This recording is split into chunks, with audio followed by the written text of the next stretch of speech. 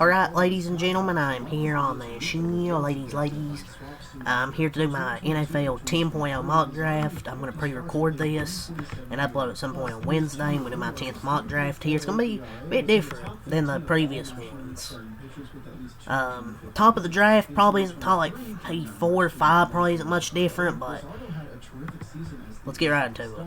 I'll do my NBA mock Thursday, my 5th one. Now at March Madness, but let's start here. Raiders, always Fernando Mendoza. Barring any major, completely shocking news, this is all but a done deal. It just has franchise quarterback traits, and having Kirk Cousins in the building will help him acclimate to the program. The real question now is what can the Raiders do with the other 9 picks of this roster around him. Number 2, the Jets, David Bailey, edge rusher. This will likely be either Bailey or Arvell Reese. New York was 31st in sacks last year with 26, but I have to think Bailey's the guy for the Jets. He's a polished pass rusher with proven production, tying for the FBS lead in sacks with 14.5 in 2025. He can be a day one disruptor for them off the edge. Cardinals, number 3.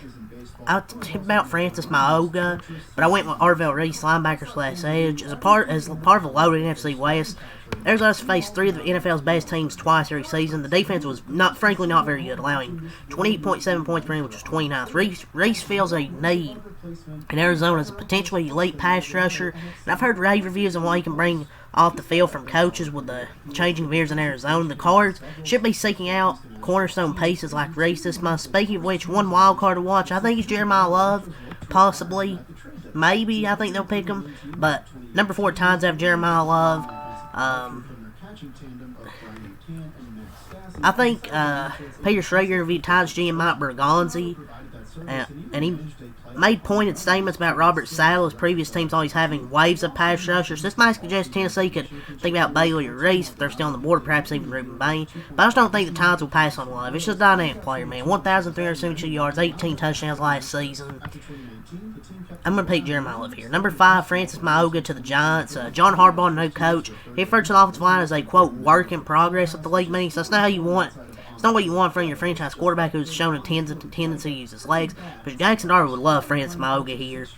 A road paver with positional versatility. He's expected to be the first offensive lineman off the board. So, maybe a boring pick, but I think this is a good pick.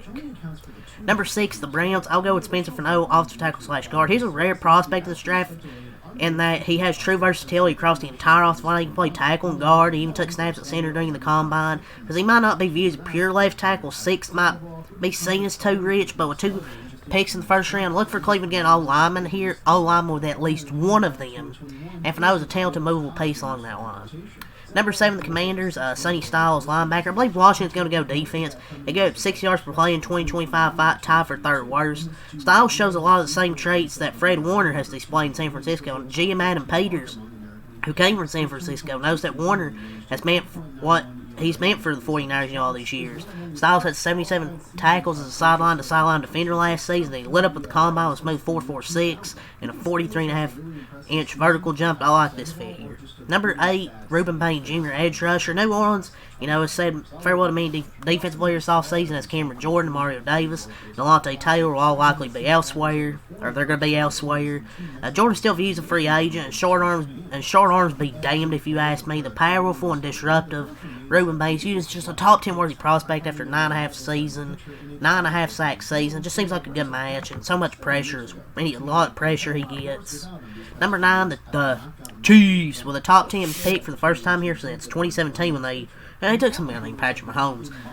They can go in a variety of directions. Corner and edge rusher are certainly options. I still think finding offensive players is a major priority, though, especially with Mahomes coming off the ACL injury. I'm going to say like Jordan Tyson, just pops more than any receiver in this draft class. He just needs to stay healthy.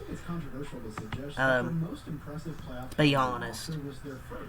Number 10, the Bengals, Mansour Delane, corner. He allowed a low 31 passer rating when targeted last season, as he is the top corner in his class. Cincinnati could look a few different options here, and while another early round pick on defensive back might not be the most popular choice, it can make a lot of sense. They need a true shutdown guy on the outside. Mansour Delane's that.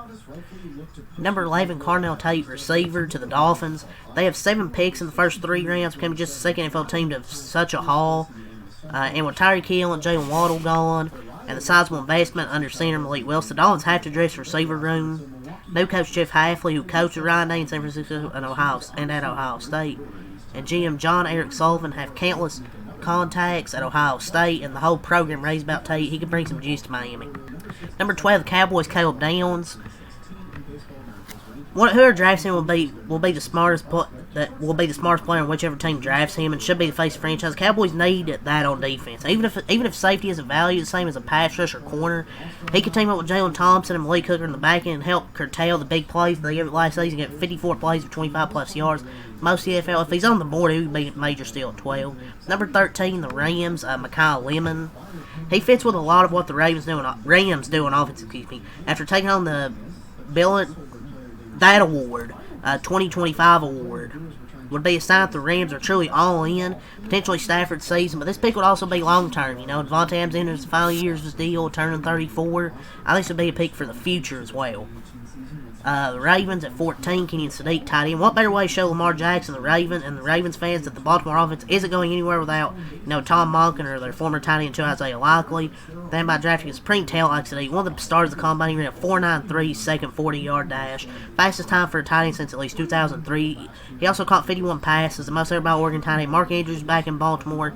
But he's now in his 30s. This offense likes having multiple impact players, and he's a good run blocker. Just a perfect player. Number 15, the Buccaneers, Jamal McCoy. He had an outstanding 2024. He missed all of 2025 with a knee injury, but he's legit a number one corner when he's healthy. He has a 77-inch wingspan. He's viewed as one of the top two corners, alongside Delane. By the end of last season, Tampa Bay was relying on some very inexperienced players in the position, and it did not add anyone in free agency to replace Jamal Dean. Number 16, the Jets, Omar Cooper.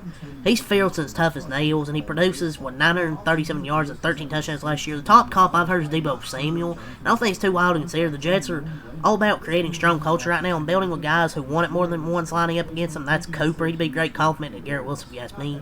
Number 17, Lions, Ola Ava Vega. I'm not sure there's a more Dan Campbell player in this draft than him. He's 6'4", 320 pounds, plays with the Main Street. He didn't give a single sack and was an All-American last season at Penn State. A nice fit on the interior. I could also say edge rusher. Vikings, Emmanuel McNeil Warren, a safety. He's a tall, rangy safety who plays with high energy and is vocal in the defensive backfield. We're still not sure if Harrison Smith will be back at 37 years old. I think he retired or got cut or something. He had 5 picks over the last 3 seasons. Neil Warren's just a very good player. Number 19, the Panthers, Monroe Freeling, offensive tackle. His physical traits are going to get some attention this month. 6'7", 315 pounds, with long 34 and 3/4 inch arms. He has the quicks, running a 4.93 second 40. He's played both left and right tackle too. He could be a key long-term building block for Carolina, protecting Bryce Young and opening holes for Chuba Hubbard, Jonathan Brooks. Number 20, Cowboys, King Massador, an edge rusher. He's one of the older players in this class, having just turned 25 years old, but he also might be the most prospect ready to make an immediate impact. He's an absolute menace for Miami. He immediately became one of Dallas' top pass rushers. He would immediately become one of the top pass rushers. He tallied 12.5 sacks in 2025, 17.5 tackles. He had a lot of pressures. Number 21, the Steelers, T.J. Parker. Ty Simpson's still available, but I'm expecting Aaron Rodgers to return for another season. On defense, the Steelers started getting younger along the line, with the Derek Harmon pick a year ago, and I wouldn't think they're done here. Parker's played a big role in the Clemson defense since his true freshman season with 21.5 sacks over the last 3 years. Didn't start good this year, but he ended well and had a good Senior Bowl performance. 22, the Chargers, Blake Miller. Miller started every single game over his 4 years with Clemson, 54 starts. And for the Chargers offensive line, that was ravaged by injuries. Taking the quintessential Iron Man of this class makes sense. He can provide depth behind Joe Alden, Rashawn Slater, and even slide inside the guard if they need him to. Number 23, the Eagles, Denzel Boston, receiver. He's electric. And Washington coach Jeb Fish and the Eagles general manager Howie Roseman are longtime college buddies. He's the second or third wideout in this class. And if the Eagles take him, A.J. Brown's future becomes all more interesting. Will undoubtedly hit the A block, right there. Number 24, the Browns, KC Concepcion. He's a do everything wide who average 15 yards per catch in 2025 can be a key playmaker in the return game. I could see the comparison like Tate Zay Flowers and Travis Switzer, new offensive coordinator, new coach Tom Monken. Both have Flowers in Baltimore, and they could get creative how they use Concepcion on this offense. I had the Browns. I had the Browns going off the tackle number 6, but they need playmaker 2. And KC Concepcion's a really good yard after catch guy. Number 25, the Bears, Caden Proctor. He's a massive human. He weighed at 358 pounds in his pro day, but he can move. If he keeps his weight down, he has as much upside as any tackle in this class. And frankly, I think he's going earlier, maybe 25, maybe. But with Ollie Trapillo out, Braxton Jones' uneven play, Chicago will be happy with his outcome. Ryan Poles often credit for, Trey Smith, Creed Humphrey picks Kansas City, and they can have another chance here. Number 26, the Bills, Kay McDonald, defensive tackle. This might be the highest you'll see McDonald going in a mock draft at the moment, but I'm hearing significant buzzing on him. A massive run defender. It would be good for him Buffalo or the Bucks or the Bills. They ranked 30th against the run last season, 5.1 yards per carry. Number 27, the 49ers coach Blumo. Their offensive line could be in a flux if things don't clear up with Trent Williams' contract. To be honest, even if the Niners and Williams work out a deal, the team still has to be thinking about the future. He's 38. He'll be 38 years old next season. Blumen played left tackle for the Utes last season. Although his game is still a work in progress, he's worthy of a first-round grade. He didn't allow any sacks. Number 28, the Texans, Mac Ahina-Chor, offensive tackle at Arizona State. One of the biggest players with the biggest upside in this class. One of the players with the biggest upside in this class. He's still relatively new to football. The Nigerian-born tackle got to the United States when he was 13 years old and picked up the sport in just the past few years. Still growing and learning. He'd be a home run pick if the team is patient and capitalizes on Arizona's upside. They're always looking for talent on offensive line as the front office works through another makeover that unit. Number 29, the Chiefs, Colton Hood. He was highly productive last season with 10 pass breakups despite Jamal McCoy being out of the lineup opposite of him. Kansas City lost 3 defensive backs in free agency. Obviously, they traded Trent McDuffie. They lost Jalen Watson, Josh Williams. So there's a big need. Hood, he's a nephew of former pro. Roderick Hood brings a pro-style mentality and knack for being around the ball. Number 30, the Dolphins. This pick they got from the Broncos. Dylan Thiemann, a safety. I thought about C.J. Allen here, but I went with one of the fastest players this year, Combine. But he's much more than just speed. He's just, his film is a versatile player, can cover, tackle, lead a defense. It's a new era in Miami. Jeff Hafley has expertise. Number 31, Kalen Rutledge, guard/center. This might not be the same level of surprise as the Patriots' Cole Strange pick a few years ago. But I haven't seen anyone put him in round 1 yet. It could happen in talking to teams over the past few weeks. He's viewed as a day 1 to his prospect. Allowed just 2 sacks over 43 career starts. At this point, Patriots need to protect Drake May, and even if it's views a reach on draft day, this could be the guy to get the job done. At number 32, last pick, Seahawks, Jadarian Price, running back. Believe it or not, Notre Dame has never had 2 running backs selected in the first round of the same NFL draft. In fact, only 4 running back tandems for the same school have ever been selected in the first round of the same year. But Price is the number 2 running back in the class, and it could provide some nice pop Seattle offense after the departure of Kenneth Walker in free agency. He only had 113 carries last season, but he turned into 674 yards and 11 scores. But yeah, that's my mock draft here, my 10.0. So that's all to say here. Leave a like, comment, subscribe for more.